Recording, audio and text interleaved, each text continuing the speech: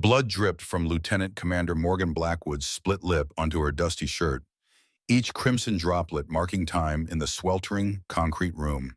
5 armed men surrounded her, but it was the 6th who commanded her attention, Commander Malcolm Drake. His weathered face, all hard angles and cold calculation, loomed before her as he rubbed the knuckles that had just connected with her jaw. The chair beneath her was bolted to the floor, her hands secured behind her back with zip ties cutting into her wrists. The temperature hovered around 95 degrees, sweat and blood mingling as it traced paths down her neck. Morgan's mind, trained through years of the most punishing military program on Earth, automatically cataloged every detail of her surroundings. Concrete room approximately 12 by 15 feet. 1 steel-reinforced door currently closed. 2 windows high and barred. 5 hostiles with AK-47s held with practiced familiarity. The taste of copper in her mouth. The smell of gun oil, sweat, and something else, fear, though not her own. "The American woman is not so strong now," Drake said, switching from Arabic to English for her benefit. "Where is your arrogance? Where is your Western superiority?" Morgan said nothing, maintaining her cover as she had for the past 3 months. Her average height and athletic build were carefully hidden under loose clothing that made her look softer than she was. Brown hair pulled back in a ponytail, now disheveled. Hazel eyes that tracked every movement with precision that would have alarmed her captors if they had been paying attention. But they weren't paying attention. They were celebrating. Drake stood over her, a man in his 40s with the barrel chest of someone who'd built his authority on intimidation and violence. "You will tell us everything. Who sent you? What is your mission? Who are your contacts?" As blood pooled in her mouth, Morgan made a calculation that would haunt Drake for the approximately 7 minutes he had left to live. Some lines once crossed cannot be uncrossed. And when you hit a Navy SEAL, even one with her hands bound behind her back, even one outnumbered 5-1, even one who's supposed to be maintaining a cover identity, you've just made the last mistake of your life. Before we show you what happened in that room, drop a comment telling us where you're watching from and hit subscribe. Because what came next was 7 minutes of violence, so precise, so calculated, and so absolutely devastating that it would become a classified case study in what happens when training capability and pure controlled rage converge in a person who knows exactly how dangerous they are. 3 months earlier, Morgan Blackwood sat in a secure briefing room at Naval Special Warfare Command in Virginia. The walls were institutional gray, adorned only with the insignias of various special operations units, and a large map of the world where certain regions were marked with small, inconspicuous pins. 6 people occupied the room, all focused on the woman at the head of the table. Commander Patricia Walsh, Morgan's direct superior, stood beside a projection screen displaying satellite imagery of a compound in the Arizona desert. Intelligence suggests that Desert Scorpion has established a significant presence along the Arizona border. What began as a weapons trafficking operation has evolved into something potentially much more dangerous. Rear Admiral James Harrington, a towering figure even at 68, leaned forward in his chair. His face, weathered by decades of service, betrayed nothing but his ice-blue eyes burned with intensity. The ribbon rack on his chest told the story of a career spanning from Cold War operations to the Gulf War and beyond. "Lieutenant Commander Blackwood."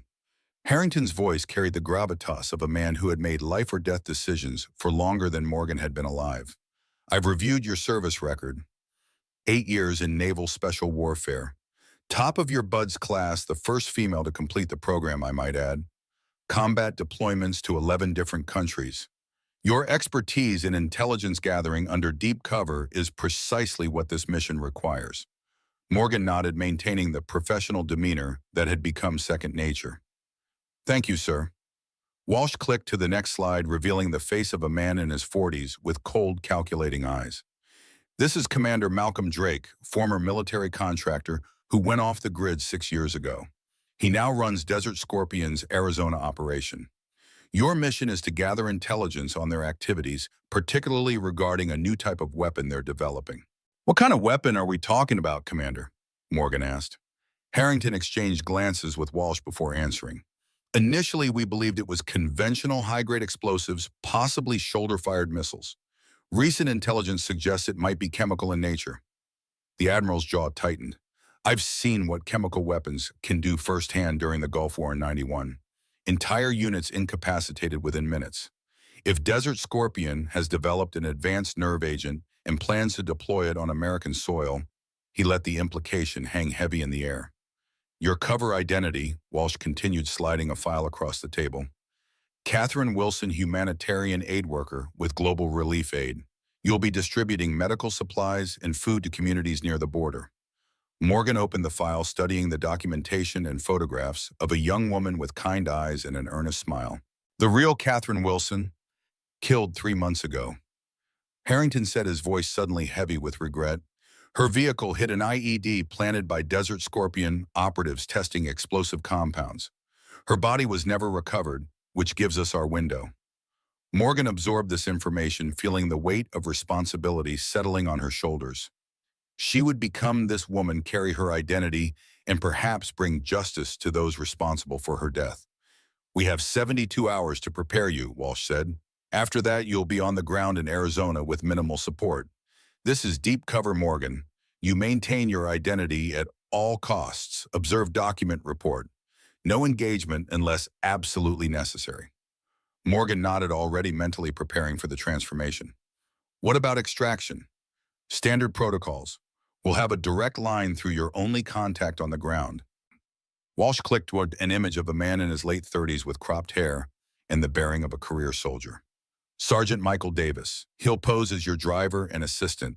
He's the only person who'll know your true identity. As the briefing continued with tactical details, satellite imagery, and intelligence assessments, Morgan noticed Harrington watching her with an intensity that went beyond professional interest. When the others filed out for a scheduled break, the Admiral remained behind. Lieutenant Commander, he said quietly, there's something about this mission you should know that isn't in the briefing packets. Morgan waited, sensing the gravity in his tone. This isn't just about weapons trafficking. We believe Desert Scorpion has connections to an organization called the Pantheon, a network of former intelligence operatives from the Cold War era who never accepted that the conflict ended. Harrington moved to the window, looking out at the Virginia coastline as if searching for something on the horizon. I spent the better part of 3 decades tracking these people. Moscow, Berlin, Prague, wherever the shadows were deepest. Most of the world thinks the Cold War ended with the fall of the Soviet Union, but some battles never really end. They just change form. He turned back to face her. I recommended you specifically for this mission, Blackwood. Not just because of your skills, though they're exceptional. There's something else you have that we need, something that can't be taught in any training program. What's that, sir? The ability to appear harmless until the exact moment you aren't. A ghost of a smile crossed his face. I saw it during your Hell Week. Everyone else was visibly suffering, visibly fighting. You were calm, almost serene, even as you outperformed men twice your size. Morgan remembered those 136 hours of constant physical activity, frigid water, and less than 4 hours of sleep total. While others shrouded to push through the pain, she had retreated inward, finding a place of quiet determination that carried her forward when her body screamed to stop. That's what you'll need for this mission, Harrington continued. The ability to be underestimated, to be dismissed, to be invisible until the moment you choose not to be. He stepped closer, lowering his voice. Drake isn't just dangerous because he's violent. He's dangerous because he's smart, and he has resources and connections that shouldn't be possible for a simple weapons trafficker. You think there's something bigger behind Desert Scorpion? Morgan stated, not a question. I know there is, and finding proof of those connections is just as important as uncovering their weapons program. Harrington's eyes held hers. Sometimes I wonder if we truly won the Cold War, Lieutenant Commander, or if it was just one round ending before the next began. 2 weeks later, Morgan Blackwood, now fully immersed in her role as Catherine Kate Wilson, arrived at a small airstrip outside Phoenix, Arizona. The desert heat hit her like a physical force as she descended from the small charter plane, carrying a worn duffel bag that contained the sparse belongings of an aid worker dedicated to her cause. A rugged Jeep was parked nearby, and beside it stood Sergeant Michael Davis. His military bearing was carefully concealed beneath casual clothes, but Morgan recognized it immediately, the way he scanned the surroundings, the controlled economy of his movements. Ms. Wilson, he called, approaching with a practiced smile. I'm Mike Davis, your local coordinator. Welcome to Arizona.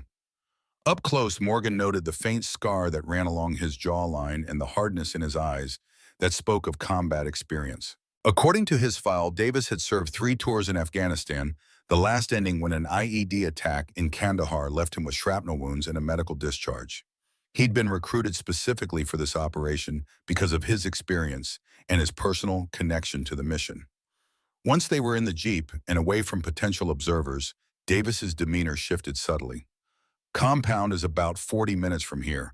We'll be operating out of there, making supply runs to communities within a 50-mile radius of the border. He glanced at her. How was your flight, Lieutenant Commander? Uneventful. And it's Kate for the duration, Sergeant. He nodded, eyes returning to the road. Of course, sorry, force of habit. After a moment of silence, he added, I knew her, you know, the real Kate. Morgan turned to study him more carefully. This hadn't been in the briefing. How? We met in Kabul 2018. I was providing security for a medical outreach program. She was coordinating supply distribution. His knuckles whitened on the steering wheel. We were together for 8 months before my tour ended. Tried to make it work long distance, but understanding dawned on Morgan. That's why you requested this assignment. Davis's jaw tightened. They told me it was an accident at first. Vehicle malfunction in rough terrain. I knew better. Kate was meticulous about maintenance. When I pressed for details, suddenly the story changed classified incident, need-to-know basis. His voice hardened. Then I got approached about this operation. This complicated things. Davis wasn't just a contact. He had an emotional stake in the mission. That could make him either more committed or more unpredictable. I'm sorry about Kate, Morgan said carefully. But you understand that for this to work, I need to become her completely. Any personal connection you had won't be a problem, he interrupted.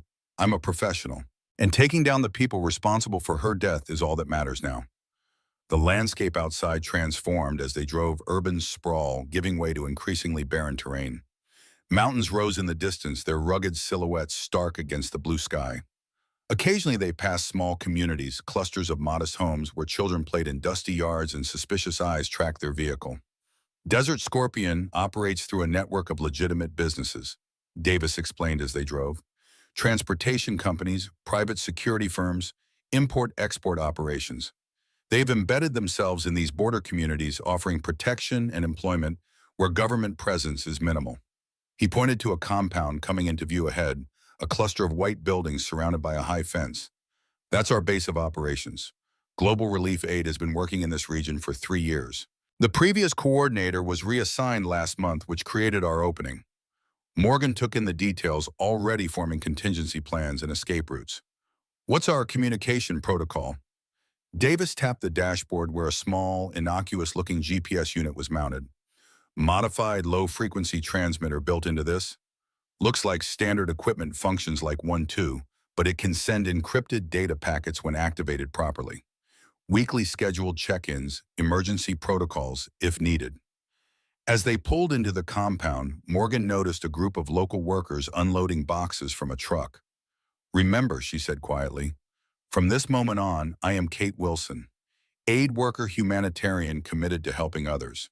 Nothing more. Davis nodded, putting the Jeep in park. Welcome to the border, Ms. Wilson. I hope you are ready for the challenges ahead. Morgan smiled with Kate Wilson's idealistic determination. I've always believed that one person can make a difference, Mr. Davis. I'm here to prove it.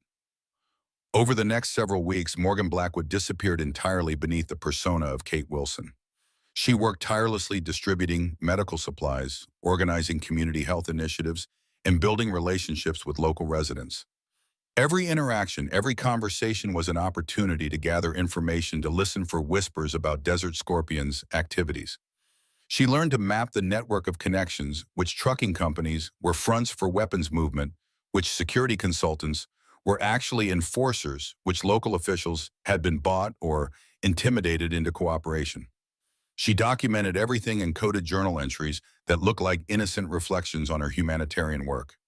The community of San Miguel became her primary focus, a small settlement just 15 miles from the border where several Desert Scorpion associates lived. Among them was the Martinez family, whose patriarch Carlos worked as a driver for one of the organization's transportation companies. My husband is a good man, Elena Martinez told Kate one afternoon as they organized a children's vaccination program. He takes the jobs that pay because we have 3 children to feed. But lately he comes home different, worried. He doesn't sleep. Morgan recognized an opportunity. Is there anything I can do to help? Elena hesitated, then spoke in a hushed tone. He says the new routes are dangerous, not because of the border patrol or the terrain, but because of what they carry. Last week, one of the other drivers got sick after a container leaked.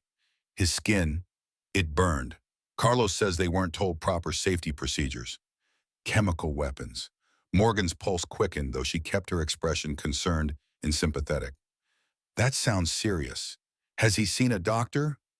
The company sent their own medical team. They took him away. No one has seen him since. Elena's eyes darted nervously. Please, you cannot tell anyone I told you this. Of course not, Morgan assured her, making a mental note to include this information in her next transmission. I'm just concerned for Carlos's safety. That evening, as Morgan recorded her observations in her journal, Davis entered the small office she used at the compound. We have visitors tomorrow, he said quietly, closing the door. Drake himself is coming to inspect the outreach programs in the area. Apparently, he's curious about the new aid worker who's been so active in San Miguel. Morgan felt a spike of adrenaline. He suspects something. Hard to say, could be routine, could be your activities have caught his attention. Davis lowered his voice further. Whatever his reason, this is our first direct contact with the primary target. We need to make it count. Morgan nodded, already calculating how to use this opportunity. Any specific intelligence we should try to gather? Location of their main compound for one. We have satellite imagery of several potential sites, but nothing confirmed. Also, any information on shipment schedules. Davis handed her a small, innocuous-looking USB drive disguised as a house key. Updated recognition software. If you can get clear images of any associates he brings with him, we might be able to identify connections to other organizations.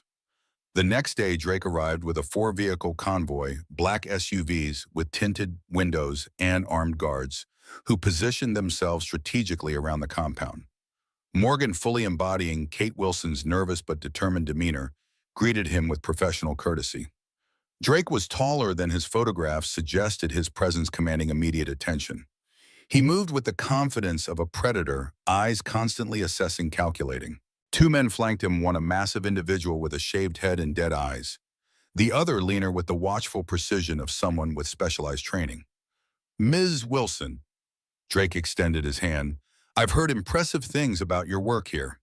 Morgan shook his hand with Kate's idealistic enthusiasm.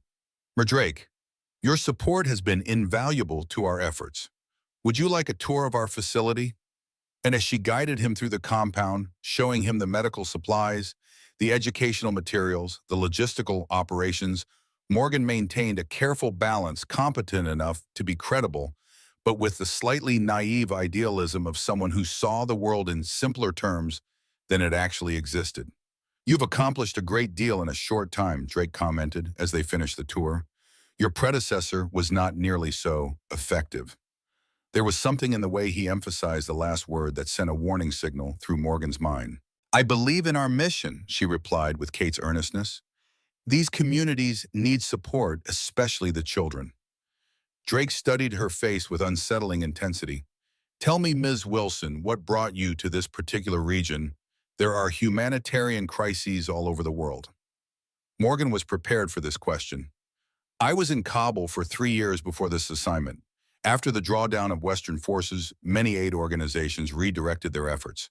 Global Relief Aid believed my experience would translate well to the challenges here. Kabul, Drake repeated. Which district?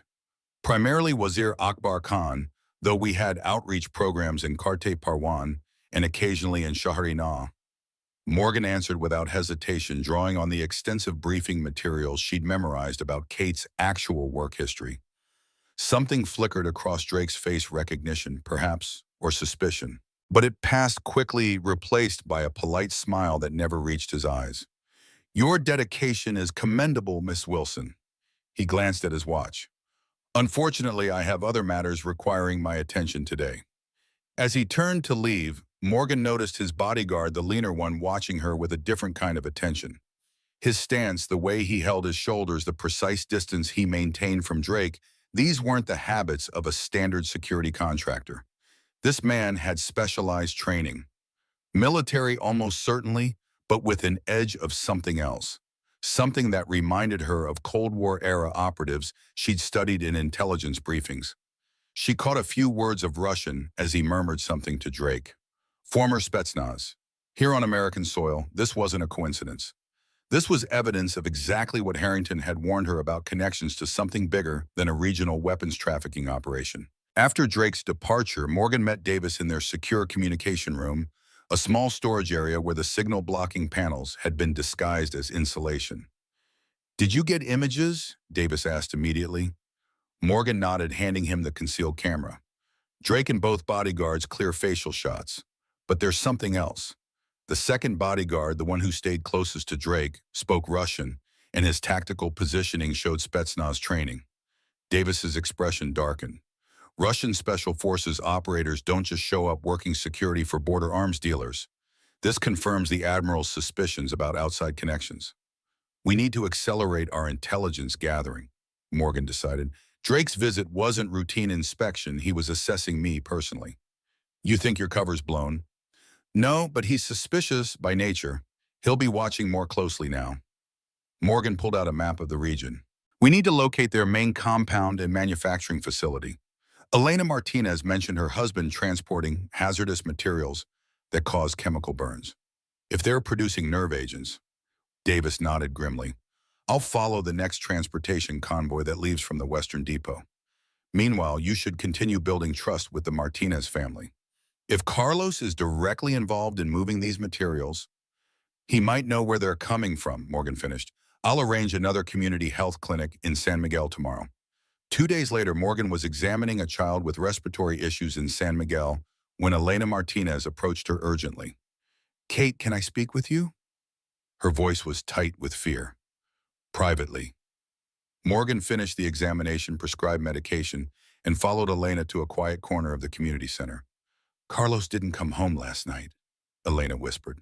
"He called once, told me to take the children and stay with my sister in Phoenix for a few days. He sounded afraid." Morgan kept her expression concerned but calm. "Did he say why?" "Something about a new delivery, bigger than before. He said they were moving everything to the main site near the canyon." Elena grabbed Morgan's hand. "He's never mentioned any details about his work before. I'm afraid something terrible is happening." Grand Canyon. The pieces clicked into place. Satellite imagery had shown unusual activity at an abandoned ranch near the canyon's edge, but there hadn't been enough evidence to confirm it as Desert Scorpion's main base of operations. "When is this happening, Elena? When is the delivery?" "Tomorrow night," that's all he said. Tears welled in Elena's eyes. "Please, if you know someone who can help him." "I'll do everything I can," Morgan promised, already planning her next move. That night, she slipped away from the compound, using the cover of a routine supply check. Davis had already positioned himself to monitor the Western Transportation Depot, so Morgan would have to investigate the canyon site alone. The abandoned ranch sat 12 miles from the Grand Canyon's south rim, its crumbling buildings providing perfect cover for illicit operations. Using advanced thermal imaging equipment disguised as standard binoculars, Morgan observed the property from a ridge half a mile away. The main house showed normal heat signatures, but the large barn behind it was different. Despite the desert heat, the structure registered significantly cooler temperatures, evidence of heavy insulation and climate control. Underground facilities were a hallmark of chemical weapons production, which required controlled environments and specialized ventilation. Morgan shifted position to get a better angle on the vehicle entrance, where armed guards patrolled in patterns that betrayed professional military training. As she adjusted her observation point, her foot dislodged a small rock that clattered down the slope. A guard's head snapped in her direction. Morgan froze, becoming one with the landscape as she'd been trained. For long seconds, she remained perfectly still as the guard scanned the ridgeline, rifle at the ready. Finally, he turned away, but the patrol pattern changed. They were now more alert, more thorough in their sweeps. It was time to withdraw. Morgan had confirmed the location and gathered critical intelligence on the security measures. She began a careful retreat, moving silently through the scrub brush toward her concealed vehicle. She was nearly clear when the desert night erupted with the sound of approaching vehicles. Headlights cut through the darkness as three SUVs roared toward the compound from the main road. Morgan dropped to the ground using the terrain for cover. Through her night vision equipment, she watched as the vehicles stopped at the checkpoint. The center SUV's door opened, and Malcolm Drake emerged, gesturing emphatically to the compound's main building. This was unexpected. Drake's presence confirmed the importance of this facility, but it also increased the danger exponentially. Morgan needed to report this development immediately, but first she had to get clear of the area. She had just reached her vehicle when a voice called out behind her. "Stop right there!" Morgan turned slowly to see a guard approaching with his rifle raised. In the moonlight, she could make out his features, young, perhaps mid-20s, with the hardened look of someone who'd seen combat. "I'm so sorry," she said in Kate Wilson's voice, projecting embarrassment and confusion. "I got lost looking for the canyon viewpoint. My GPS must have led me wrong." The guard didn't lower his weapon. "This is private property. Let me see some ID." Morgan reached into her pocket as if for identification, calculating angles and distances. The guard was just close enough. Her hand came up empty. "I must have left it in my car. It's just over there, I can show you." "Don't move," he snapped, reaching for his radio with his left hand. Morgan had a split second to decide. If he called and this in her cover would be compromised. The mission would fail. Thousands of lives would be at risk. She moved. 8 years of the most intensive combat training on Earth transformed her from a seemingly harmless aid worker into a precision weapon. One moment she stood there apparently helpless. The next she had closed the distance and struck the guard's wrist, deflecting the rifle barrel as he fired. The shot went wide, kicking up dust from the desert floor. In the same fluid motion, she drove her knee into his solar plexus and twisted the rifle from his grip. He recovered faster than she expected, drawing a sidearm. Morgan swept his legs, bringing him down hard, then delivered a precise strike to his temple that rendered him unconscious. The entire exchange had taken less than 5 seconds, but the shot would have been heard. Already lights were coming on at the compound, and she could hear voices shouting commands. Morgan quickly secured the guard's weapons, then sprinted to her vehicle. The engine roared to life just as flashlight beams cut through the darkness behind her. She accelerated down the dirt road, lights off, navigating by moonlight until she reached the main highway. As she sped back toward the Global Relief Aid compound, she activated the emergency communication protocol on the specialized transmitter, sending a coded message to Davis. Primary target confirmed at Canyon site. Cover potentially compromised. Proceed with contingency alpha. The quiet ping of acknowledgement came just as she spotted headlights in her rearview mirror, multiple vehicles moving at high speed. They were coming for her. Morgan pushed the vehicle harder, taking a side road that would lead through a network of canyons where pursuit would be more difficult. The lights behind her split up. They were trying to cut off her escape routes. She had just navigated a particularly treacherous curve when a black SUV roared into view ahead, blocking the narrow road. Morgan slammed on the brakes, calculating options in the split second before impact. No good choices remained. She cranked the wheel hard, sending her vehicle off the road and down a shallow embankment. The airbag deployed as she crashed into the scrub brush, momentarily stunning her. Blood trickled from a cut on her forehead as she forced the door open and stumbled out. Armed figures were already descending the embankment, flashlights and weapons trained on her position. Morgan reached for the concealed pistol at her ankle, but before she could draw it, a spotlight blinded her from above. "Catherine Wilson," Drake's voice carried clearly through the night air. "Or should I say Lieutenant Commander Morgan Blackwood, I believe we have much to discuss." The last thing Morgan saw was the butt of a rifle swinging toward her head. Then darkness claimed her. She awakened to find herself zip-tied to a chair in a concrete room surrounded by 5 armed men with Malcolm Drake standing before her. The mission had failed. But as Drake's hand connected with her face in that first devastating blow, splitting her lip and drawing blood, something changed. Rules of engagement shifted. Parameters altered. Some lines once crossed cannot be uncrossed. And when you hit a Navy SEAL, you've just made the last mistake of your life. Blood dripped from Morgan Blackwood's split lip, each crimson droplet marking the transition from covert operative to something else entirely. She tasted copper and determination as she assessed the concrete room that held her. 12 by 15 feet. One door reinforced steel, 2 windows high and barred. The air thick with dust and menace. 5 armed men positioned strategically around the space, and at their center, Commander Malcolm Drake. Drake circled her like a predator, satisfaction evident in the curl of his lip. "The American woman is not so strong now," he said, his voice carrying the casual cruelty of a man accustomed to power. "Where is your arrogance? Where is your Western superiority?" Morgan remained silent, blood pooling at the corner of her mouth, her hands secured behind her with zip ties that bit into her wrists. The chair beneath her bolted to the floor. They'd learned that lesson from previous interrogations. But they hadn't learned what happens when you restrain a Navy SEAL. They hadn't learned that zip ties, while effective against civilians, were practically meaningless to someone trained to escape from them in under 30 seconds. But Morgan wasn't in a hurry, not yet. "I am humanitarian worker," she said in deliberately broken English, maintaining her cover even now. "I give medicine to children. Why you do this?" Drake laughed, a harsh sound devoid of humor, and struck her again, this time a closed fist to the side of her head. Stars exploded across her vision. She let her head roll with the impact proper technique to minimize damage, and when it came back up, blood now ran from her nose as well. "You are spy," Drake said confidently. "American spy. You think we are stupid? You think we don't see you asking questions, taking pictures?" One of his men stepped closer, young, maybe mid-20s, with a scar across his left cheek that pulled his mouth into a permanent half-sneer. The others called him Scar. His AK-47 pointed casually at Morgan's chest. "Maybe we have some fun with the spy before we kill her," Scar suggested in Arabic, apparently thinking she didn't understand. Morgan understood perfectly. She spoke Arabic, Pashto, Dari, and passable Urdu, one of the reasons she'd been selected for this mission. It was also one of the many reasons these men were already dead. They just didn't know it yet. Drake considered the suggestion, then shook his head. "Later. First we get information, then we send video to Americans showing what happens to their spies." He grabbed Morgan's hair, yanking her head back painfully.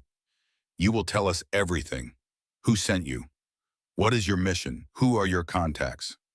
Morgan met his gaze steadily, measuring the overconfidence in his eyes. He thought he'd won, thought the tied hands and guns and numerical advantage made this a foregone conclusion. He was wrong. "I tell you truth," Morgan said, maintaining her broken English. "I am aid worker. Please, you make mistake." Drake struck her a third time. This one caught her cheekbone and would definitely leave a bruise. "No more lies," he roared. "You will talk or you will suffer before you die." Morgan took a slow breath through her nose, tasting blood, and made her decision. She'd maintained cover for 3 months. She'd gathered the intelligence she'd been sent to collect. She'd followed orders, stayed disciplined, been the perfect covert operative. But there were limits, lines that once crossed changed everything. Rashid had just crossed one. "Okay," Morgan said, and this time her English was perfect. Her accent gained her voice steady and cold as winter. "I'll talk." The change in her voice made Drake pause. Something in his eyes shifted, the first flicker of doubt. "My name is Lieutenant Commander Morgan Blackwood, United States Navy," she said clearly. "Serial number 5847392. And you just made the last mistake of your life." The room went very quiet. Then Drake laughed, though it sounded forced. "Big words from woman tied to chair." Morgan moved. The zip tie breaking technique she'd been taught involved specific body positioning and explosive force, bringing your bound hands up over your head while simultaneously bringing your elbows down hard and fast. The plastic would snap at the locking mechanism if you did it right. She did it right. The zip tie broke with a sharp crack. Her hands came around in the same motion, and before anyone could process what had happened, she'd grabbed the chair she'd been sitting in, which wasn't actually bolted down. She'd been testing that and swung it in a horizontal arc that caught Drake in the side of the head with the force of someone who could bench press her own body weight 20 times. Drake went down, hard, blood spraying from a split scalp. The 4 guards were already bringing their weapons up, but Morgan was already moving through their reaction time. She'd spent years training muscle memory to function faster than conscious thought, and those years paid dividends now. She threw the chair at Scar. He brought his AK-47 up to block, which meant he wasn't shooting, which gave her the half-second she needed to close the distance. Close quarters combat against multiple armed opponents was about 3 things: speed, violence of action, and using their weapons against them. The moment you stopped moving, you died. The moment you hesitated, you died. The only way to survive was to be more aggressive than they could process. Morgan became a blur of controlled violence. She reached Scar as he was trying to get his rifle back on target. Her hand shot out, grabbed the barrel, and pushed it aside just as he fired. The burst of automatic fire went wide, hitting the wall instead of her. In the same motion, she drove her knee into his groin, stepped behind him as he doubled over, and used his body as a shield while yanking the AK-47 from his hands. Guard 2, a burly man Morgan mentally designated as Goliath, was firing now. The rounds hit Scar's body. Morgan felt the impact through the human shield she was holding, used it to pivot, and brought the captured AK-47 up in a smooth arc that caught Goliath across the face with the stock. He went down. Morgan dropped Scar's body and transitioned to the rifle, properly bringing it to her shoulder, just as Guard 3 glasses for the thin wire frames he wore got his weapon lined up. They fired simultaneously. His burst went high, panic shooting, which meant he aimed where she had been, not where she was. Morgan's burst was 3 rounds center mass, textbook perfect. Glasses dropped like someone had cut his strings. 2 down, 3 still in play. Guard 4, Knife, who carried a wicked-looking blade on his hip in addition to his rifle, was smarter. He had stepped back to get distance and was bringing his weapon up in a proper stance. Morgan ducked behind an overturned table just as he opened fire.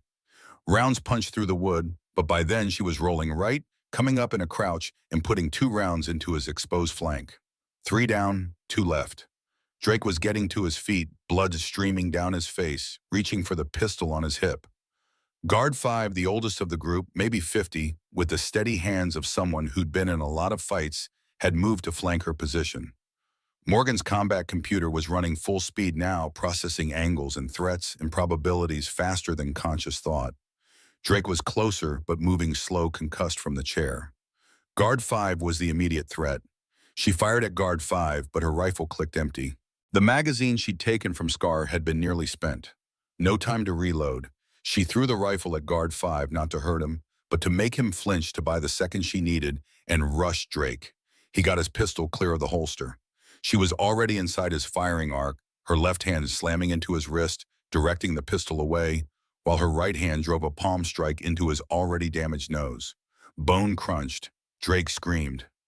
Morgan grabbed the pistol, a Makarov she noted distantly, and twisted it out of his grip using a technique that definitely broke at least 2 of his fingers. She spun, bringing the Makarov up just as Guard 5 opened fire. The world went into slow motion the way it always did in gunfights. She saw the muzzle flash, felt the supersonic crack as rounds passed close enough to her head that they disturbed her hair. She squeezed the Makarov's trigger twice, double-tapped center mass, and Guard 5 folded. 4 down, 1 left. Drake was on his knees, holding his broken nose, blood pouring between his fingers. His eyes were wide with shock and fear, and the dawning realization that he'd made a catastrophic error in judgment. Morgan walked toward him, the Makarov held in a proper 2-handed grip, pointed at his center mass. "Please," Drake gasped in English. "Please, You hit me," Morgan said, her voice perfectly calm despite the adrenaline still flooding her system. "3 times. You tied my hands. You surrounded me with armed men. You thought that made you powerful."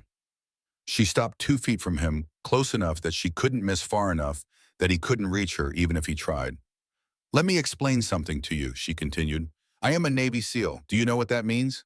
It means I spent 6 months in training where they tried to break me and failed.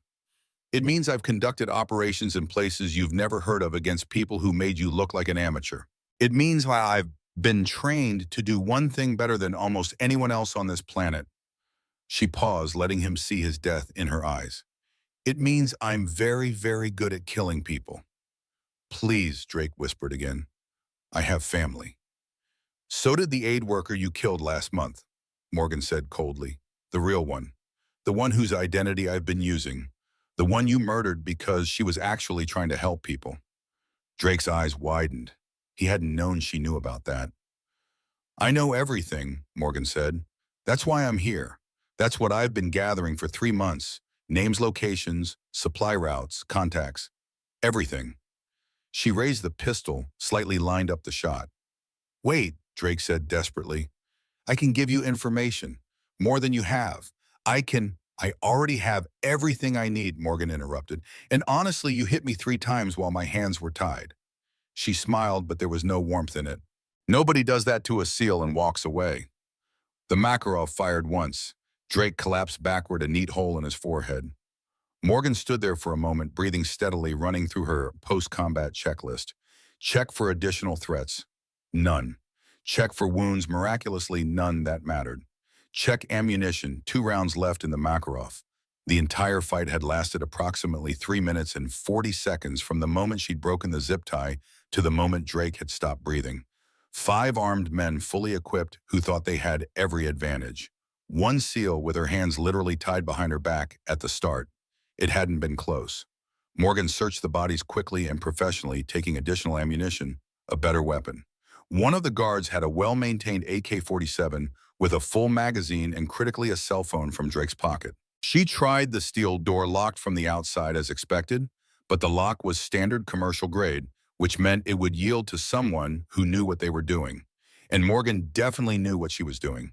She used a technique involving a thin piece of metal from one of the guards' equipment and about 90 seconds of patient manipulation. The lock clicked open. The hallway beyond was empty. She moved through it like a ghost weapon, up-checking corners using proper clearing techniques. Somewhere in this building were probably more guards, more militants, more problems to solve. But that was fine. Solving problems was what she did. She found a stairwell, ascended to the 2nd floor, and located what she'd been looking for in office, probably Drake's, with a computer, and more importantly, a satellite phone. She used the satellite phone to dial a number she'd memorized years ago. It rang twice. Thunder, a voice said. Lightning, Morgan replied, giving the authentication code. This is Knight Andale. I need immediate extraction from compromised position. 5 enemy killed in action. My cover is blown, but intelligence gathering is complete. There was a pause on the other end. Then Knight Andale, we have your location. Extraction team is 30 minutes out. Can you hold, Morgan looked around the office, mentally calculating fields of fire and defensive positions. Affirmative, she said, but tell them to hurry. This place is going to get crowded soon. She was right. 15 minutes later, she heard shouts from below.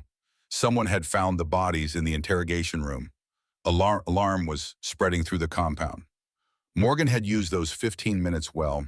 She'd barricaded the office door, positioned furniture to create cover, and taken inventory of available ammunition. She had approximately 200 rounds for the AK-47 and a defensive position that would be difficult to assault directly. The first attack came 10 minutes after that. 6 militants tried to rush the office door. Morgan let them get close, then fired controlled bursts through the door at waist height. The assault broke apart in screaming and returned fire that didn't come close to her position. The second attack was smarter. They tried to flank through adjacent rooms. Morgan heard them moving, tracked them by sound, and fired through the walls. Concrete couldn't stop AK-47 rounds at close range. Neither could flesh. The third attack never came because that's when she heard the beautiful sound of helicopter rotors. Knight Andale, this is Reaper 6, a voice crackled over the satellite phone. We are inbound to your position. Pop smoke and prepare for emergency extraction. Morgan grabbed a smoke grenade she'd taken from one of the guards, threw it out the window, and watched orange smoke billow into the desert air. 30 seconds later, 2 MH-60 Blackhawks roared over the compound door gunners, laying down suppressive fire that sent militants scrambling for cover. One bird landed in the compound courtyard, while the other circled, providing overwatch. Morgan didn't wait for an invitation. She went out the window. 2nd floor wasn't too high for someone with her training, hit the ground rolling, came up running, and sprinted toward the helicopter, while rounds kicked up dust around her feet. She made it to the bird, was hauled aboard by 2 operators in full tactical gear, and the Black Hawk was lifting off before she'd even sat down. Welcome aboard, ma'am, one of the operators said with a grin. Heard you had a rough day. Morgan touched her split lip, her swelling cheekbone, and smiled despite the pain. Nothing I couldn't handle. But her smile faded as she saw who else was in the helicopter, Commander Mark Reynolds, leader of the extraction team, but no sign of Sergeant Davis. Where's Davis? She demanded, leaning forward against the roar of the rotors. Reynolds' expression darkened. Captured. Desert Scorpion picked him up at the Western Depot while he was conducting surveillance. We think they're holding him at a secondary location. Cold dread settled in Morgan's stomach. If they had Davis, they'd be interrogating him right now. And if Drake had already identified her as Naval Special Warfare, they might know exactly what they had in Davis. "We need to go after him," she said immediately. Reynolds shook his head. "Not now. We're extracting to secure location first. Full debrief, medical check, then we formulate rescue op. By the book." Morgan wanted to argue, but years of discipline held her in check.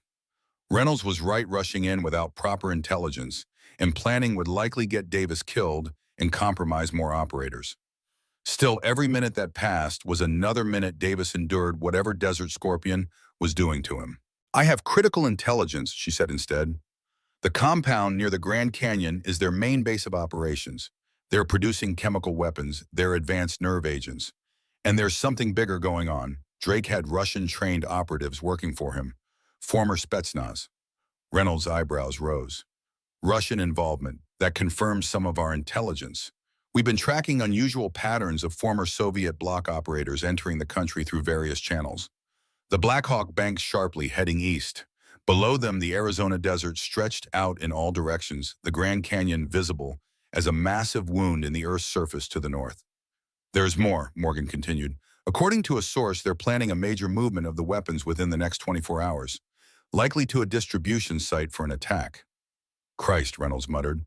"Timelines accelerated then. We thought we had at least 48 hours. "Davis might know more," Morgan pointed out. "He was tracking their transport operations when he was captured." Reynolds nodded grimly. "All the more reason to get him back. But we do it smart, not fast." The helicopters landed 30 minutes later at a forward operating base disguised as a private airstrip. Medical personnel immediately approached to assess Morgan's injuries, but she waved them off. "I'm fine, cuts and bruises, nothing that impacts operational readiness." Reynolds led her to a secure briefing room where a tactical team was already assembling. Large monitors displayed satellite imagery of the region with several locations highlighted and annotated. A digital countdown on one screen showed 22, 47, 36 and ticking down. "Less than 23 hours until estimated weapons transport," Reynolds explained. "We're working on 2 parallel operations now. Team Alpha will focus on the weapons facility near the canyon. Team Bravo will locate and extract Sergeant Davis."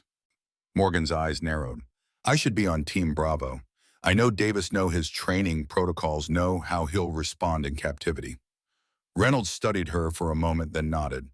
"Agreed, but you'll need medical clearance first and a proper gear loadout. Lieutenant Peterson will brief you on what we know about Davis's last known location." Lieutenant Peterson, a compact woman with sharp eyes and the focused demeanor of intelligence personnel, stepped forward with a tablet. "Sergeant Davis's tracking beacon went offline here," she said, indicating a point on the map about 40 miles from the canyon facility. "Satellite imagery shows a compound with security measures consistent with Desert Scorpion operations.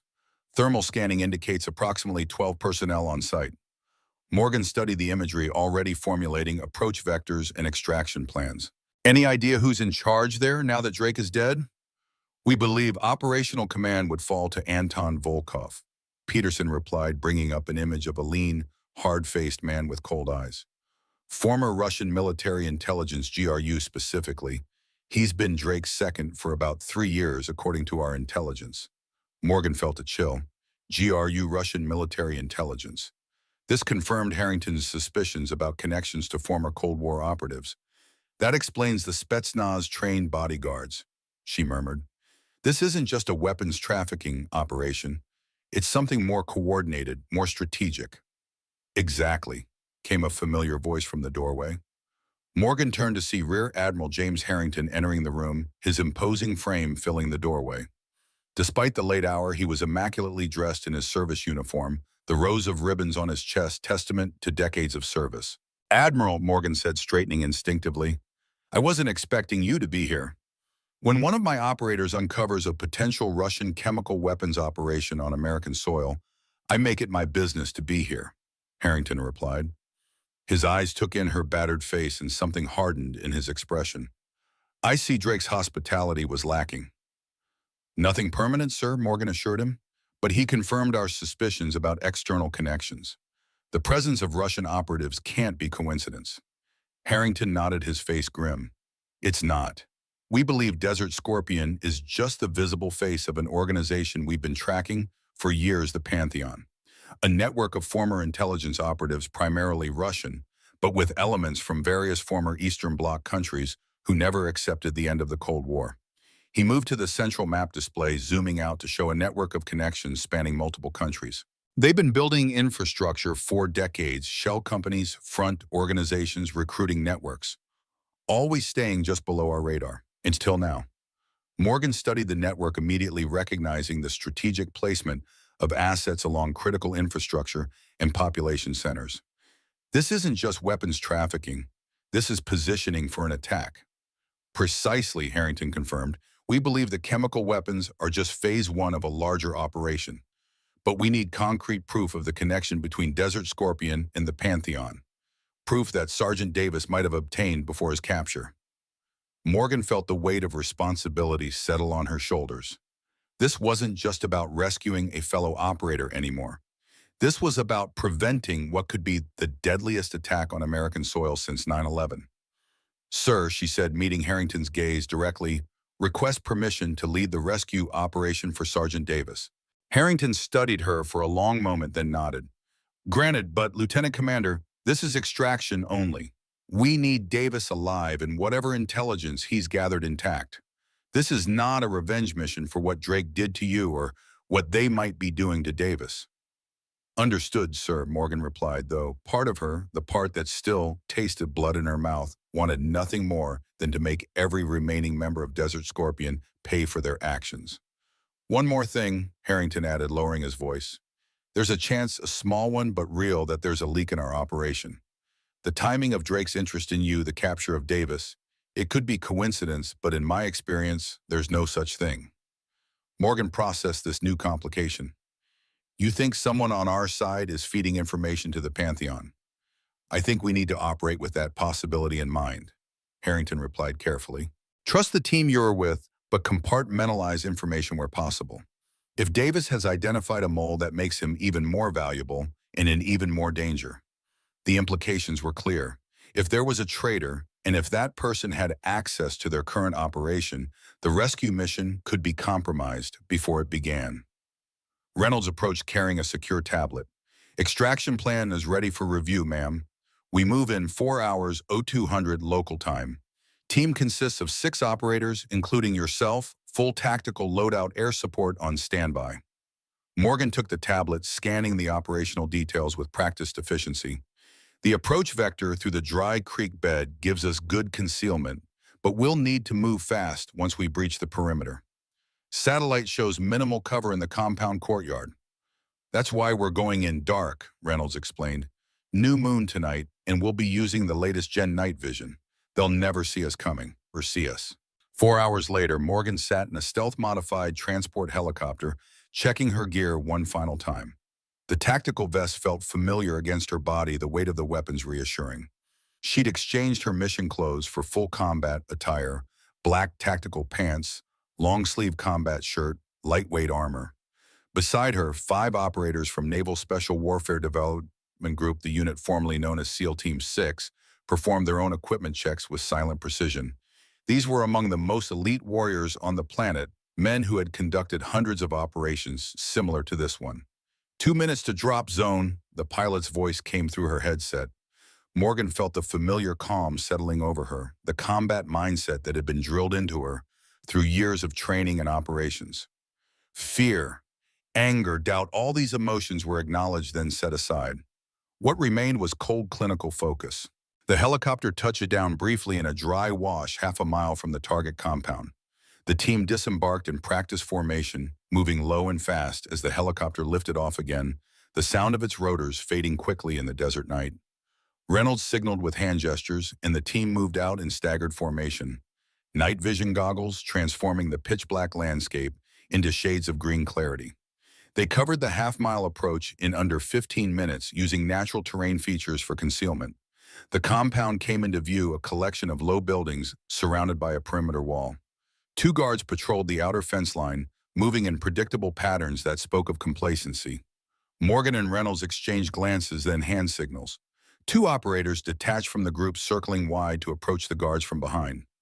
Morgan watched through her night vision as they moved with ghost-like silence, closing on their targets. Simultaneous takedowns knifed to one guard, chokehold on the other. No shots, no sound, no alarm. The team converged on the breach point, a section of wall partially obscured by storage containers. Using tactical ladders, they scaled the 12-foot barrier and descended into the compound courtyard. Morgan's heart pounded with controlled intensity as they split into two-person teams, approaching separate buildings according to the pre-mission briefing. She and Reynolds moved toward the central structure, where thermal imaging had suggested a basement level, likely used for detention. The door was locked, but yielded to a specialized breaching tool. Reynolds entered first, weapon up, scanning for threats. Morgan followed, covering the opposite arc. The interior was dark and quiet, too quiet for a facility that should have had at least 10 personnel on site. They moved through empty rooms, finding evidence of recent occupation: coffee cups, still warm cigarettes, still smoldering in ashtrays, but no personnel. Something was wrong. They reached the basement access, a heavy metal door secured with an electronic lock. Reynolds attached a bypass device that cycled through combinations at high speed. Seconds ticked by, each one increasing Morgan's sense of unease. The lock clicked. Reynolds pulled the door open, revealing a narrow staircase descending into darkness. They moved down cautiously, weapons ready. At the bottom, a dimly lit corridor stretched before them, 3 doors visible along its length. The first 2 rooms were empty interrogation chambers, complete with ominous stains on the concrete floors. The third door was different, heavier, with multiple locks. Reynolds worked quickly to defeat them, while Morgan provided security, every sense alert for danger. When the door swung open, Morgan had to suppress a gasp. Davis was there, strapped to a metal chair in the center of the room. His face was barely recognizable through the bruising and swelling. Blood had dried in patterns down his shirt, and his breathing was shallow and labored. But what stopped Morgan cold was the digital timer attached to his chest, 00:45, and counting down. "Bomb," she whispered, holstering her weapon and dropping to her knees beside Davis. "Reynolds, get the team clear. I need to assess this device." "Negative," Reynolds replied firmly. "We extract together or not at all." Morgan was already examining the explosive device, her mind racing through bomb disposal training. It was sophisticated, multiple redundant triggers, pressure plates beneath Davis's chair, mercury switches that would detonate if moved incorrectly. "They knew we were coming," she muttered, carefully tracing wires without touching them. This was a trap. Davis's eyes fluttered open, focusing with the difficulty. "Morgan," he rasped, "you shouldn't be here. Saving your ass is exactly where I should be," she replied, continuing her assessment of the bomb. "What happened?" "Ambush at the depot," Davis managed. "They knew exactly where I'd be. Drake said they had someone on the inside." Morgan and Reynolds exchanged glances. Harrington's suspicions confirmed. "Did you get any names?" Morgan asked, locating what appeared to be the primary detonator. "Any idea who's feeding them information?" Davis's breathing hitched painfully. "Not names, but location. Heard them talking. Said their contact was in Virginia, close to command. Virginia, where Naval Special Warfare Command was headquartered, where Harrington operated." The implications were staggering. "Can you disarm it?" Reynolds asked, eyeing the timer, 00:28. Morgan nodded tightly. "I think so. Standard Russian SVU-3 design with modifications. If I'm right, cutting the blue wire will isolate the detonator from the primary charge." "And if you're wrong," Reynolds asked quietly. Morgan met his eyes. "Then you'll never know it." She turned back to the device, forcing her hands to remain steady as she produced wire cutters from her kit. 20 seconds remaining. "Davis," she said, "I need you to stay absolutely still. Reynolds, be ready to carry him out the moment I cut this wire." 15 seconds. Morgan isolated the blue wire, tracing it through the complex assembly one more time to verify her assessment. 10 seconds. She positioned the cutters. 5 seconds. She took a deep breath. "For Kate," she whispered, and cut the wire. The timer froze at 00:03. No explosion, no death, just the sound of 3 people breathing in a concrete room. "Clear," Morgan announced, her voice steady despite the adrenaline coursing through her. "Let's get him out of here." Reynolds quickly cut Davis free while Morgan provided security. The sergeant could barely stand, requiring support from both of them to move. "Reaper Actual, this is Bravo 1. Reynolds spoke into his comm. "Package secured, condition, Charlie. Require immediate case vac danger close LZ2. Copy Bravo 1, came the response. Case vac inbound ETA 3 minutes. They began the difficult process of moving Davis up the stairs and through the building. The compound remained eerily empty. Where is everyone? Morgan muttered as they emerged into the courtyard. As if in answer, floodlights suddenly blazed to life, bathing the compound in harsh white light. A voice boomed through speakers mounted on the perimeter wall. Lieutenant Commander Blackwood, Commander Reynolds, so good of you to join us. Morgan squinted against the glare, trying to locate the source of the voice. A figure stood on a catwalk along the far wall, silhouetted against the lights. Anton Volkov, I presume, she called back, her mind racing through possible escape routes. Indeed, the voice replied, a Russian accent now detectable beneath the perfect English. I must congratulate you on disarming our little welcome gift. Most impressive. Drake clearly underestimated you. He's not the only one, Morgan replied coldly. Where are your men? Volkov seems like poor operational security to leave a facility this important so lightly guarded. A chuckle came through the speakers. Oh, they're here, just waiting for my signal. You see, we've been expecting you. In fact, we've been waiting for you to find Sergeant Davis and learn what he knows about our operation. Morgan felt ice form in her veins. This wasn't just a trap for their rescue team. It was an intelligence operation to determine what Davis had discovered and who he'd told. And now, Volkov continued, having confirmed that your command is aware of our connection to the Pantheon, we can proceed with the contingency plan. The weapon will be deployed as scheduled, though perhaps not at the target you're expecting. The distant sound of helicopter rotors reached Morgan's ears, their extraction approaching. She needed to keep Volkov talking. It won't work, she called out. Whatever you're planning, we've already alerted every federal agency. Every potential target is being secured. Volkov laughed again. You Americans never understand. You think in terms of buildings, landmarks, symbols. We think in terms of systems. You can't secure everything. The helicopter sounds grew louder. Any moment now, they'd have air support and extraction capability. You're fighting a war that ended 30 years ago, Volkov, Morgan said. The Cold War is over. The Cold War never ended, Lieutenant Commander, Volkov replied, his voice hardening. It merely evolved. And now I'm afraid our little conversation must conclude. Gunfire erupted from multiple positions around the compound, automatic weapons targeting their position. Morgan, Reynolds, and Davis dove for cover behind concrete barriers. Reaper Actual, we are taking fire, Reynolds shouted into his comm. Multiple hostiles need immediate support. The Black Hawk appeared above the compound door gunners, immediately engaging the hidden shooters with devastating effect. Morgan and Reynolds returned fire, creating the coverage they needed to move Davis toward the extraction point. The helicopter descended rapidly into the courtyard, hovering just high enough to avoid obstacles. Two operators leapt out, providing additional firepower as Morgan and Reynolds half-carried Davis toward the open door. Bullets pinged off the helicopter's armored sides. The crew chief reached out, helping them haul Davis's battered form into the cabin. Reynolds followed. Morgan was about to board when movement caught her eye. Volkov was running along the catwalk, heading for a vehicle parked beyond the perimeter wall. He's getting away, she shouted, pointing. Reynolds grabbed her arm. Let him go. We have Davis. We have the intel. That's the mission. For a split second, Morgan considered disobeying racing after Volkov to end this here and now. But training and discipline prevailed. The mission came first. Always.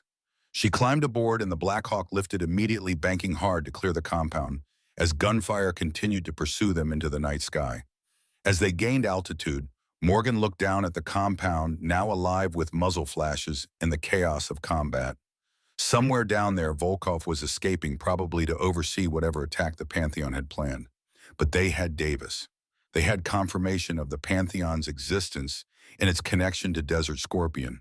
And most importantly, they had evidence of a mole in Naval Special Warfare Command. Morgan looked at Davis, now receiving emergency medical treatment from one of the operators with combat medical training. His eyes found hers, filled with pain, but also determination. The Canyon facility, he gasped. That's not the main target. It's a decoy. Morgan leaned closer. What do you mean, what's the real target? Davis struggled to speak through swollen lips. Phoenix Convention Center, tomorrow, Veterans Memorial Ceremony, thousands of people. including who Davis. Morgan pressed, dread building in her chest. Harrington, Davis whispered. Admiral Harrington is scheduled to speak. The implications hit Morgan like a physical blow. The attack wasn't just aimed at causing mass casualties. It was specifically designed to eliminate one of the Pantheon's most persistent adversaries, the man who had spent decades tracking their organization.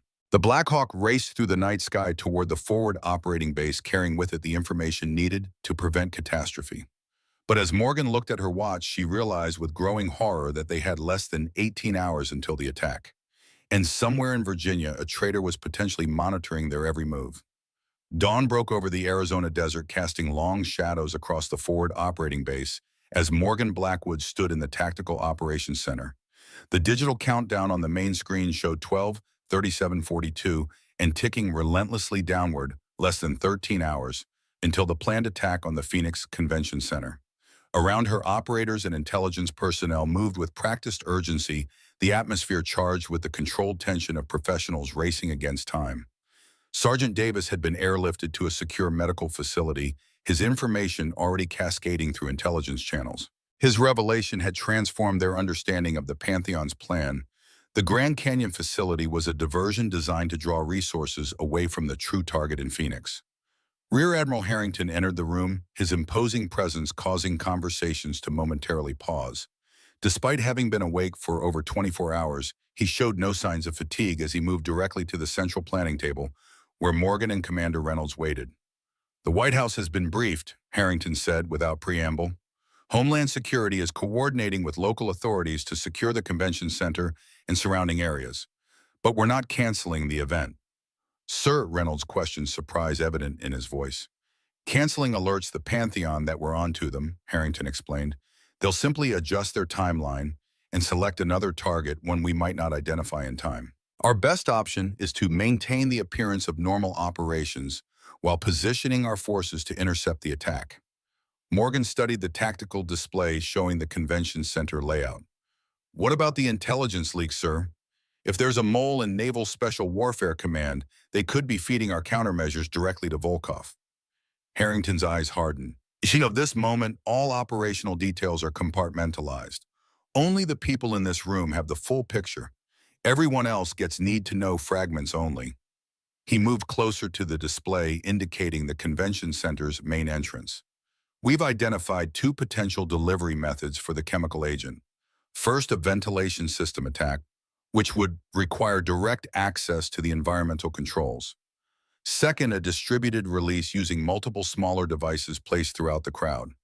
Reynolds pointed to several locations on the schematic. "Based on atmospheric modeling, these would be the optimal points for maximum dispersion.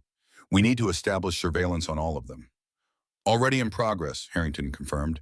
"Undercover teams are being positioned now, disguised as convention staff and security. But we need more." He turned to Morgan, his expression grave. "Lieutenant Commander, I'm putting you in command of the direct action team. If we identify the chemical weapons or their delivery system, your team will neutralize the threat. You'll have 6 operators, all from outside the standard command structure, to minimize leak potential." Morgan nodded, understanding the responsibility being placed on her shoulders. "What about Volkov? He escaped the compound last night. If he's directly overseeing the operation..." "Facial recognition algorithms are scanning every camera feed in a 50-mile radius," Harrington interrupted. "If he shows his face, we'll find him." "And the mole," Morgan pressed. "Davis said the leak was coming from Virginia, close to command. That narrows it down considerably." Harrington's jaw tightened almost imperceptibly. "A separate counterintelligence team is working that angle. For now, assume any communication outside this room could be compromised." Morgan caught something in the Admiral's eyes, a fleeting shadow that suggested he knew more than he was sharing. Before she could probe further, an intelligence officer approached with a tablet. "Admiral, we've got something," the officer said, handing over the device. "Thermal satellites picked up unusual activity at a warehouse 3 miles from the convention center. Multiple vehicles arriving over the past 4 hours, consistent with the patterns we observed at the Grand Canyon facility." Harrington examined the imagery, then passed the tablet to Morgan. "Could be a staging area for the attack. I want your team to investigate, but maintain surveillance protocols. Do not engage unless you confirm the presence of chemical agents or immediate threat to life. Understood, sir. Morgan replied, already mentally selecting gear and planning approach vectors. Lieutenant Commander Harrington added quietly, I selected you for this mission because of your unique combination of skills, but also because of something else, your ability to make the right decision when the rules no longer apply.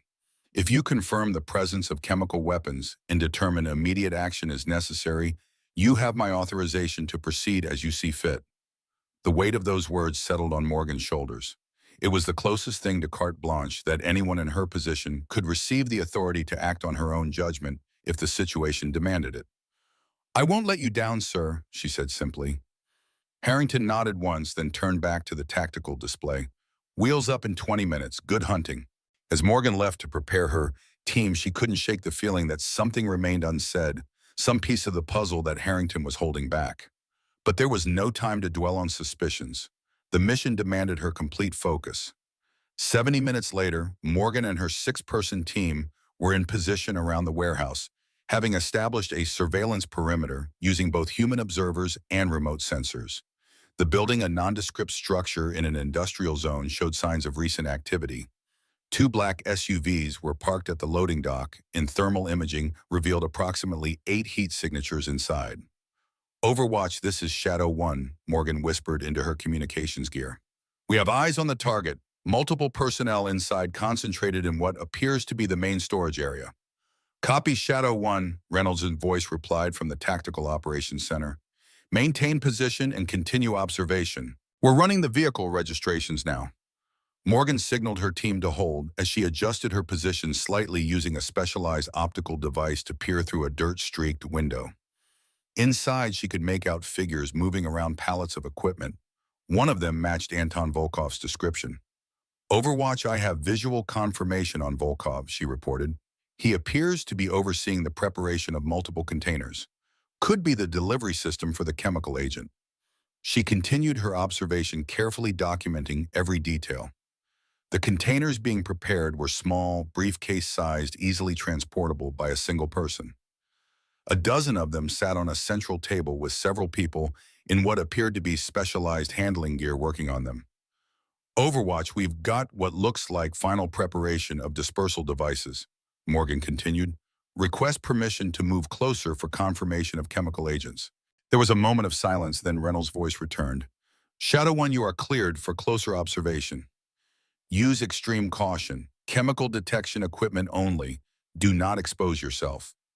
Morgan selected one team member, Lieutenant Wilson, who had specialized training in chemical weapons identification, to accompany her in a closer approach.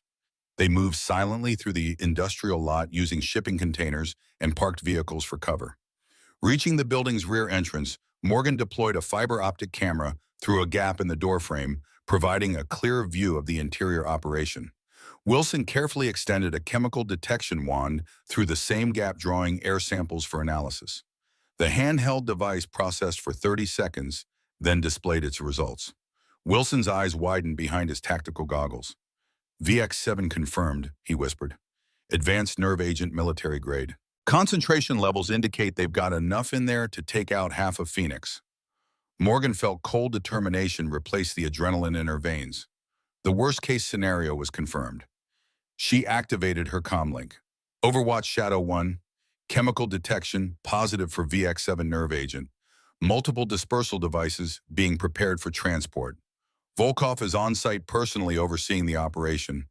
Request immediate authorization for direct action. The pause that followed lasted longer than standard operational protocols would dictate. Something was happening at command. Finally, Harrington's voice came through, pitched low and urgent. Shadow 1, be advised, we have new intelligence. The Phoenix attack may be a secondary target. Repeat, we have reason to believe the convention center could be a diversion from their primary objective. Morgan frowned. Overwatch, what's the primary target? Working to confirm now, Harrington replied. Maintain surveillance. Do not engage until we have clarity on the full operational picture. Morgan exchanged glances with Wilson, whose expression mirrored her own concern. The tactical situation was clear: enemy personnel preparing weapons of mass destruction for imminent deployment. Standard protocols called for immediate interdiction. Overwatch, we have visual confirmation of chemical weapons being prepared for transport. she repeated more forcefully. If they move, these devices, tracking and interdiction becomes exponentially more difficult. Understood, Shadow One, Harrington responded, tension evident in his voice. Stand by for INM. His transmission cut off, abruptly replaced by static. Morgan tapped her communications device, attempting to re-establish contact. Overwatch, this is Shadow One. Comm check over. Nothing but static responded. All Shadow elements comm check, Morgan tried. Her team responded immediately, confirming that the communication breakdown was with command, not their tactical network. Could be jamming, Wilson suggested. If they detected our transmissions, Morgan shook her head. Targeted jamming would indicate they know our exact frequencies and encryption. That level of compromise would require... She didn't finish the sentence.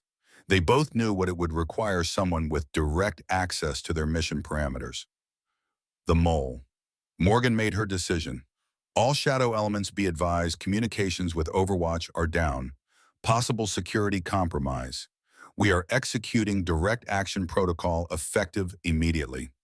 She quickly outlined the assault plan, a simultaneous breach from 3 entry points, with specialized teams designated to secure the chemical weapons and neutralize hostile personnel.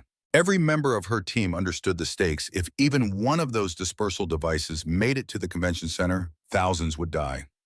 Execute on my mark, Morgan instructed, moving into position at the rear entrance. 3, 2, 1, mark. The warehouse erupted in coordinated chaos as Morgan's team breached from multiple points. Flashbang grenades disoriented the occupants, giving the operators precious seconds to identify threats and targets. Morgan moved through the space with lethal efficiency, identifying Volkov immediately as he reached for a weapon. 2 shots, center mass textbook perfect, sent him crashing backward over a table of equipment. Around her, her team engaged the other hostiles with precise, disciplined fire. Within 20 seconds, 5 enemy personnel were down. 2 were surrendering with hands raised, and 1 was attempting to flee toward the loading dock. Secure the weapons, Morgan shouted, pursuing the fleeing figure, a compact man with the hard movements of military training. He reached the SUV at the loading dock, yanking open the driver's door. Morgan closed the distance in a full sprint, launching herself in a flying tackle that slammed him against the vehicle's frame. He responded with practiced violence, an elbow strike that would have shattered her nose had she not anticipated it, and rolled with the impact. They grappled briefly, the man displaying the distinctive techniques of Russian combat systems. Morgan countered with the integrated fighting style taught to SEAL operators, a blend of multiple disciplines optimized for lethal efficiency. A knee to the solar plexus doubled him over.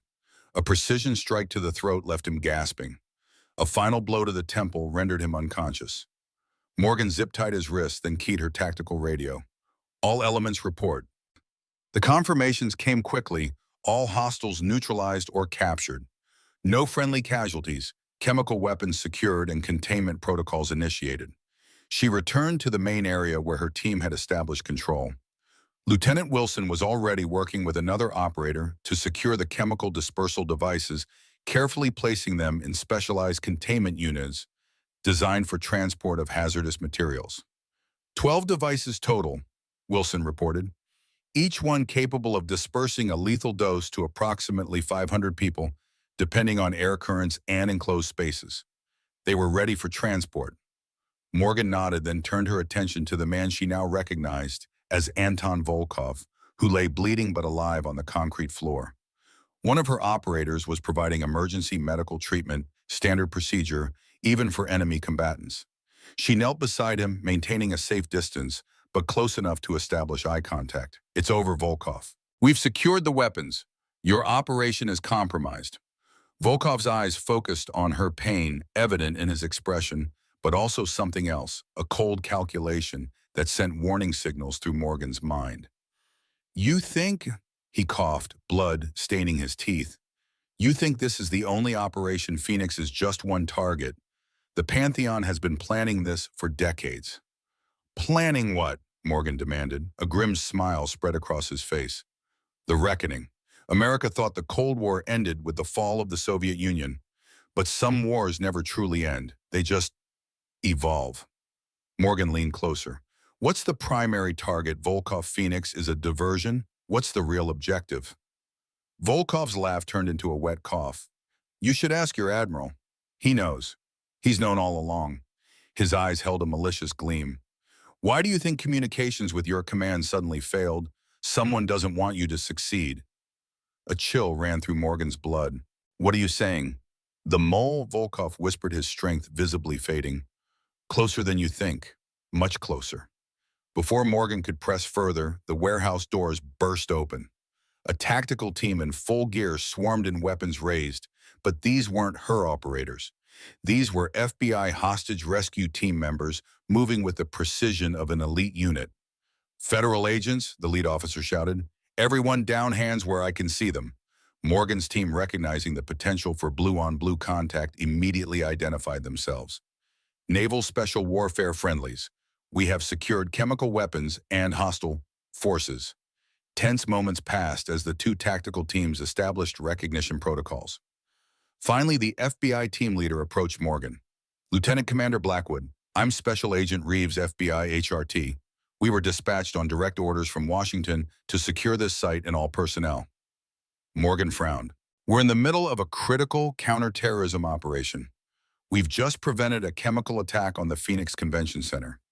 I'm aware of the operation parameters, Reeves replied, but our orders are explicit. All Naval Special Warfare personnel are to stand down and return to base immediately. FBI has jurisdiction now. Under whose authority, Bueno? Morgan demanded. Homeland Security with White House approval, Reeves stated flatly. There's concern about a security compromise within Naval Special Warfare Command. All operations have been temporarily transferred to FBI oversight. The implications were staggering. If Homeland Security had identified a significant security breach within Naval Special Warfare, the situation was far more serious than even Morgan had suspected. What about the chemical weapons? She asked, nodding toward the containment units where her team had secured the dispersal devices. Our CBRN team will handle containment and transport, Reeves assured her. We have a secure facility standing by. Morgan considered her options. Protocol dictated compliance with federal jurisdiction in domestic operations, but Volkov's words about the mole and Harrington lingered in her mind. Something wasn't right. I need to speak with Admiral Harrington, she insisted. Reeves's expression tightened. Admiral Harrington is currently unavailable. He's been placed on administrative leave pending investigation. The news hit Morgan like a physical blow. Harrington under investigation. It made no sense unless Volkov was telling the truth, unless the security breach went all the way to the top. My team secured these weapons and these prisoners, Morgan said firmly. We'll maintain custody until I receive direct confirmation of the transfer of authority from my chain of command. Reeves stepped closer, lowering his voice. Lieutenant Commander, I understand your position, but you need to understand mine. I have orders signed by the Director of Homeland Security to secure this site and all evidence. If you interfere, I am authorized to place you and your team under arrest. The standoff stretched for several tense seconds. Morgan weighed her training against her instincts. Procedure dictated compliance, but something about the situation felt wrong, the timing too convenient, the breakdown in communications too targeted. Her decision was interrupted by a commotion from where Volkov lay. The medical operator jumped back as Volkov began convulsing, white foam appearing at his mouth. He's seizing, the operator called. Possible cyanide capsule. Morgan rushed over, but it was already too late. Volkov's body gave a final shudder, then went still, his eyes fixed and dilated. The Russian operative had chosen death over capture, taking with him whatever knowledge he possessed about the Pantheon's true plans. Damn it, Morgan muttered, then turned back to Reeves. We just lost our primary intelligence source on a major terrorist operation. I need to report this immediately. You can file your report back at base, Reeves replied, unmoved. My orders stand. Your team is to withdraw immediately. Morgan recognized when a tactical situation had become untenable. She gave the order for her team to stand down and prepare for withdrawal, but as they moved toward the exit, she paused beside Lieutenant Wilson.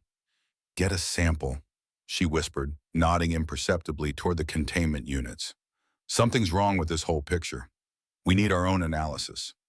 Wilson gave a nearly invisible nod of acknowledgement, adjusting his movement to casually pass by the chemical weapons. His hand moved with the practiced sleight of hand taught in advanced intelligence collection courses.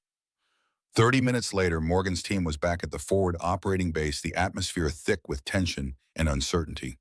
The news of Harrington's administrative leave had spread along with rumors of a high-level security breach. Morgan tried repeatedly to contact Commander Reynolds or anyone in the original command structure, but was met with bureaucratic obstacles at every turn. "They're stonewalling us," she told her team in the privacy of their ready room. "Something's happening at command level that we're not being told about." Wilson produced a small sealed container from his tactical vest. "I got the sample. It's not much, but enough for a preliminary analysis if we can get it to a lab." Morgan nodded her appreciation. "Good work. But we need to be careful who we trust with this. If there really is a mole at command level." The door opened and a junior officer entered with a tablet. "Lieutenant Commander Blackwood, secure message for you." Morgan took the tablet, entered her authentication codes, and opened the message. It was brief text only from Commander Patricia Walsh. "LTCMDR Blackwood Harrington detained under suspicion of espionage. Evidence suggests long-term connection to Russian intelligence dating back to Cold War era. Stand down and await further instructions. All operations suspended. Walsh." Morgan stared at the message, disbelief warring with the cold logic of the situation. Harrington, a Russian asset, the man who had spent decades hunting Soviet and post-Soviet operatives. It seemed impossible, and yet it would explain why he'd been so knowledgeable about the Pantheon, why he'd personally selected her for this mission, why communications had been cut at the critical moment before the raid. She handed the tablet to Wilson, letting him read the message while she processed the implications. If Harrington was the mole, everything about their mission was compromised: targets, timelines, tactical plans, everything. "This doesn't feel right," Wilson said after reading the message. "Harrington's record is impeccable. 38 years of service, multiple commendations for counterintelligence operations against Russia specifically. The perfect cover for a deep-placed asset," Morgan countered, playing devil's advocate against her own instincts. "Who better to avoid detection than the person leading the hunt?" Wilson handed the tablet back. "Maybe, but it's awfully convenient timing. Just as we confirmed chemical weapons and Volkov's involvement, suddenly Harrington is removed and FBI takes over. Seems like someone wants us out of the picture." Morgan considered this perspective, mentally reviewing the sequence of events. The breakdown in communications had occurred precisely when she was requesting permission to raid the warehouse. If Harrington had wanted to prevent that raid, he could have simply denied permission. Why go through the elaborate charade of a communications failure unless he wasn't the one who cut the communications, unless someone else had intervened to prevent him from giving the authorization? "We need more information," she decided, "and we need it fast. Whatever the Pantheon's true plan is, it's happening now. Volkov said Phoenix was just a diversion. There's another target, something bigger." She turned to the junior officer who had delivered the message. "I need to speak with Commander Walsh immediately. Secure line, highest priority." "Ma'am, Commander Walsh left for Washington 2 hours ago," the officer replied. "Some kind of emergency briefing at the Pentagon." Another piece that didn't fit. Walsh leaving Arizona in the middle of a critical operations standard procedure would keep the operational commander on site until the threat was neutralized. Morgan made her decision. "Lieutenant Wilson, get that sample analyzed. Use your contact at the university lab if you have to, but do it quietly. The rest of you compile everything we know about the Pantheon Volkov's operation and potential targets. We're missing something critical." As her team dispersed to their tasks, Morgan retreated to a secure communications room. She needed to contact someone outside the potentially compromised command structure, someone with the authority and resources to help make sense of the situation. She used her emergency authentication codes to establish a direct link to the National Counterterrorism Center, requesting immediate connection to the director. Minutes passed as the request worked its way through security protocols and verification procedures. Finally, the screen lit up, showing a stern-faced woman in her 60s, Director Catherine Matheson, a career intelligence officer who had risen through the ranks of multiple agencies before taking leadership of the NCTC. "Lieutenant Commander Blackwood," Matheson greeted her. "I understand you are calling on an emergency protocol. This better be good." "Director, I have reason to believe we're facing an imminent chemical weapons attack by a group called the Pantheon." Morgan began, then concisely outlined everything they discovered: the VX-7 nerve agent Volkov's operation, the apparent link to former Russian intelligence, and the suspicious circumstances surrounding Harrington's removal. Matheson listened without interruption, her expression revealing nothing. When Morgan finished, the director remained silent for several seconds, clearly processing the information. "What you're suggesting," she finally said, "is that Admiral Harrington's detention might be part of the Pantheon's operation, that he's been falsely accused to disrupt our response capability." "It's a possibility we need to consider," Morgan replied carefully. "The timing is highly suspicious, and Volkov specifically mentioned that Phoenix was a diversion from their true target." Matheson leaned forward slightly. "Lieutenant Commander, what I'm about to tell you is classified at the highest levels. 6 hours ago, we intercepted communications suggesting a possible attack on a high-value target in Washington, D.C. The chatter mentioned chemical weapons, but we had no confirmation until your operation in Phoenix." Morgan felt her pulse quicken. "What target in D.C.? "We don't know," Matheson admitted, "but there's a major security conference at the Capitol tomorrow morning. Dozens of high-ranking military and intelligence officials will be present. If the Pantheon wanted to decapitate America's security apparatus in one strike..." The pieces suddenly aligned in Morgan's mind. "Director, I believe Admiral Harrington was trying to warn us about this when our communications were cut. If he's been falsely accused, he may be the primary target, not just collateral damage." "Harrington is currently being held at the Pentagon pending investigation," Matheson confirmed. "If you're right, and he's been deliberately removed from command to facilitate an attack..." Morgan didn't need her to finish the thought. If Harrington had been targeted specifically, it meant someone in a position of significant authority was working for the Pantheon. Someone who could issue orders to detain an admiral, who could redirect FBI resources, who could disrupt military communications.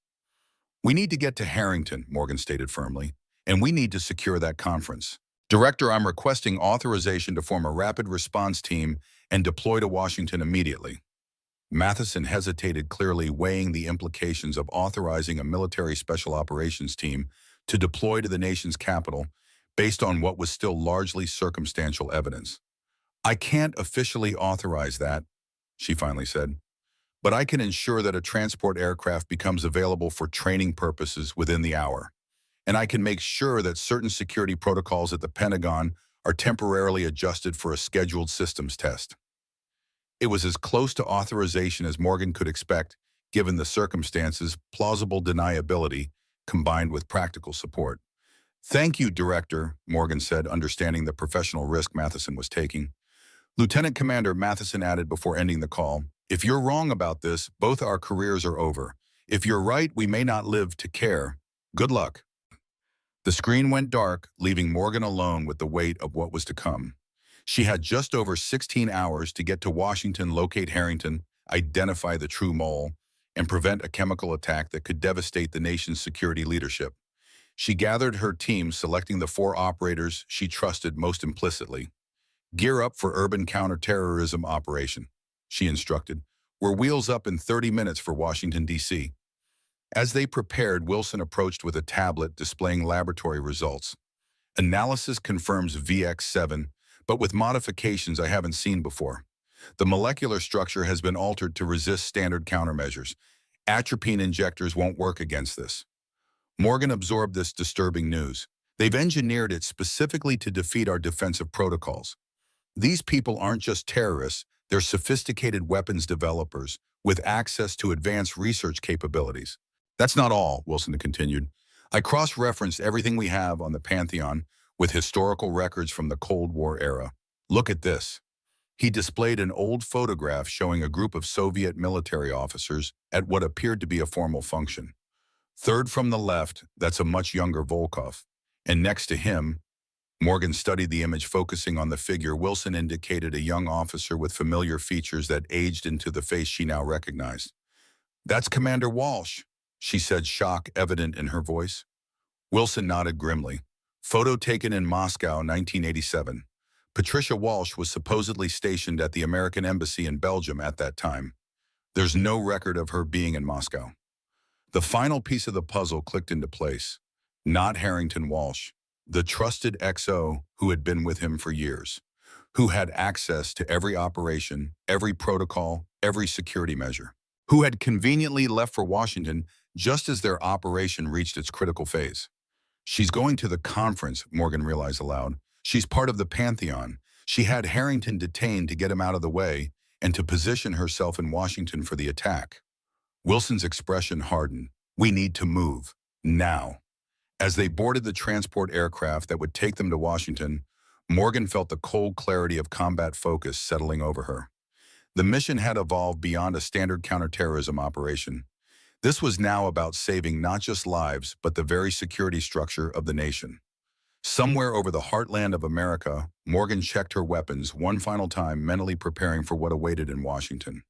She thought briefly of Harrington, the mentor, who had believed in her, who had recognized something in her that others had missed. The man who now sat in a Pentagon detention cell, falsely accused by his most trusted officer. "We're coming, sir," she whispered to herself as the aircraft began its descent toward Andrews Air Force Base. Just hold on a little longer. The final confrontation with the Pantheon and their decades-long plan was about to begin. And Lieutenant Commander Morgan Blackwood, the woman who had proven what happens when you underestimate a Navy SEAL, was bringing the fight directly to them.